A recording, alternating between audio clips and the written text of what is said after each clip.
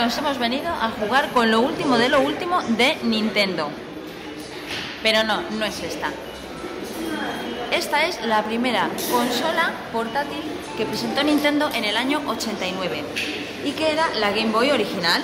Aquí tenemos toda la gama de colores y lo curioso de esta es que tiene la pantalla en verde con 4 tonos distintos de grises. Vamos, toda una proeza para la época.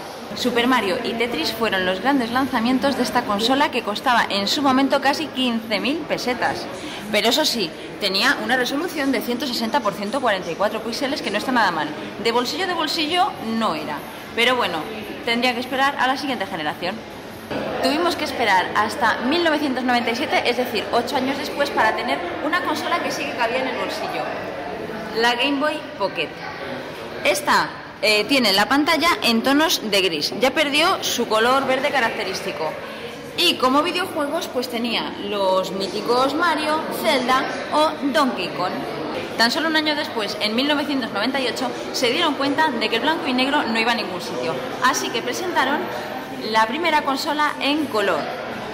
Esta tenía como curiosidad varios periféricos. Incluía, por ejemplo, una cámara, incluía también una impresora y además la Game Boy Color fue la que introdujo por primera vez en España Pokémon. Tras el exitazo que tuvo evidentemente la Game Boy Color con sus 56 colores, llegó la Game Boy Advance, que incluye una pantalla muchísimo mejor, con una paleta de colores muchísimo más amplia, pero con una novedad con respecto al resto de las consolas, y es que esta tenía los botones en los laterales, que facilitaban bastante su manejo. Bueno, y por supuesto, para obtener todo esto tenía un procesador mucho más potente. En esta consola del 2001 empezamos a jugar al Mario Kart.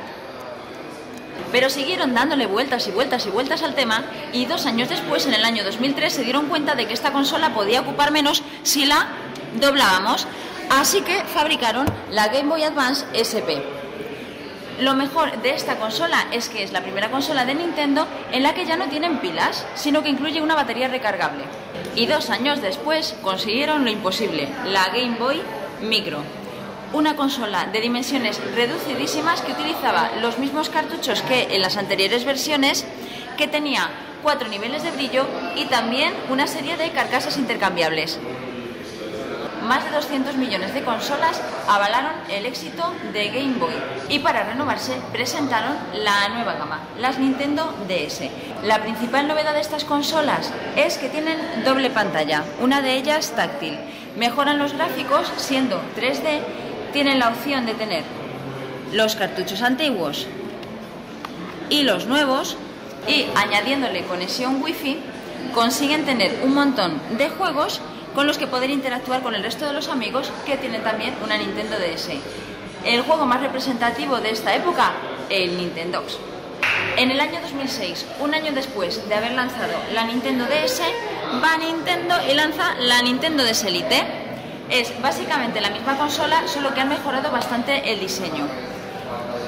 Su juego, el Brain Training, del Dr. Kawashima. Y ahora sí, tal y como os dijimos, 20 años después, Nintendo ha presentado la Nintendo DSi, que tiene bastantes mejoras con respecto al anterior modelo. Entre ellas, 2 cámaras integradas que son capaces de detectar el movimiento, además de, por supuesto, hacer fotografías. También incluye un software mejorado para realizar actividades multimedia, es decir, escuchar música, pero también tienes un mejor acceso a Internet. Es decir, puedes navegar por tus páginas favoritas e incluso entrar en una tienda donde te puedes descargar aplicaciones específicas de Nintendo. Más cambios físicos, ya no tiene ranura para ser compatible con los juegos antiguos, tiene aquí a cambio una ranura para tarjetas SD, la pantalla es un poquito más grande y es un 12% más fina.